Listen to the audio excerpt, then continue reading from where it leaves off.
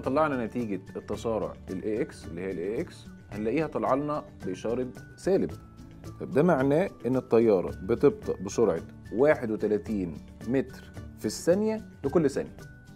طيب نقدر يعني من المعلومات اللي احنا قدرنا نوصل لها نقدر نستخدمهم علشان نجيب المطلوب التاني اللي هو الإزاحة. احنا دلوقتي عايزين نعرف مقدار الإزاحة اللي احنا زي ما اتفقنا اللي هو الدلتا اكس. طيب نشوف المعادلة انهي معادلة في اللي فاتوا اللي احنا نقدر نستخدمها. هنلاقي المعادلة رقم 2 نعلم عليها مع بعض. طيب دلوقتي احنا عندنا ال VXI وعندنا ال VXF وعندنا ال T.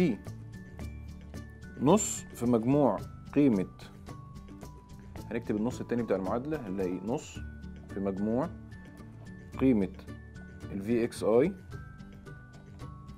زائد قيمة ال VXF مضروبة في الزمن.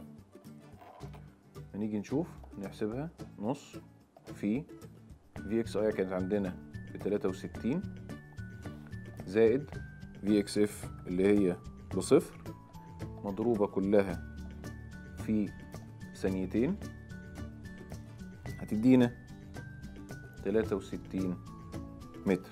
بمعنى ان الاكس اف ناقص الاكس اي كلها على بعض بيساووا 63 متر.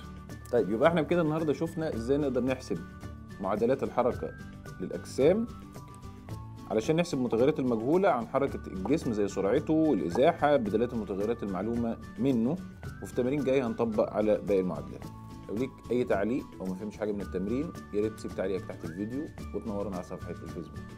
سلام.